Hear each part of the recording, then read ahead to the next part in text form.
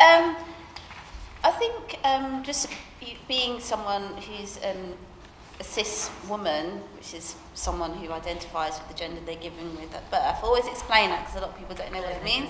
Yeah. So as a cis woman, I think actually having a lot of conversations with trans women has actually really taught me about what it is to be a woman in the world. Because there are things which I don't notice that I'm doing, or I don't notice how I'm being in the world. But if you've been pushed out of that space, then it's like, well, actually, you know, when you talk to that person, you're like, oh wow, yeah, actually we do that. That's really amazing. That's really cool.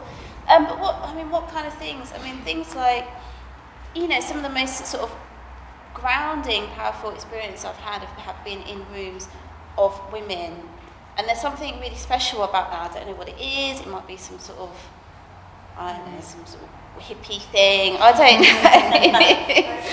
But yeah, there's something, I don't know if it's to do with this emotional connection. I mean, we do some weird stuff. I mean, like when we, you know, our cycles start getting in tune, you know, we've got some magical power thing going on here. Yeah. And I think that's why, you know, that's why we oppress, because we do hold a lot of this power in our bodies and how we connect with each other.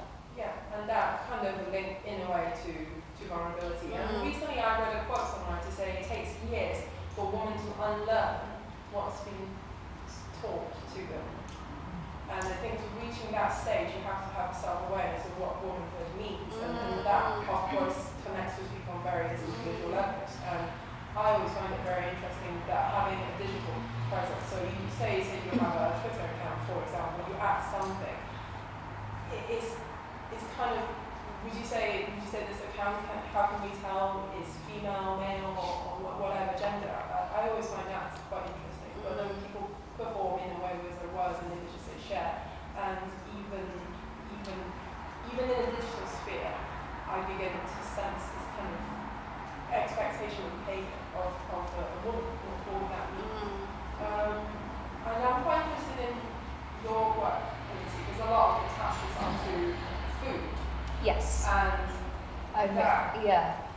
I mean, I often, because quite a lot of my work, it's drawn from personal experience and the difficulties during my adolescence, where I hadn't. Well, I know we were discussing earlier about womanhood being something that you think, oh, well, I can't wait to be a woman.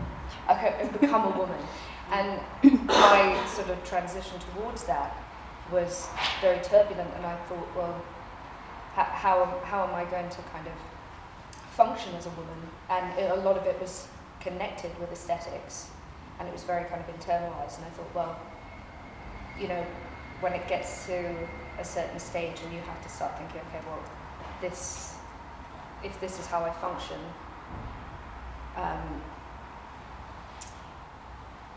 as a woman, you know, I feel like sometimes girlhood, it has a sort of dogma of being a victim, that you're at a very vulnerable stage and you need to be protected, you can't make your own decisions. And that was very much connected. And I started realizing, well, I wanted to unpack that and I wanted to move forward, and that's why I explore it in my work, I think.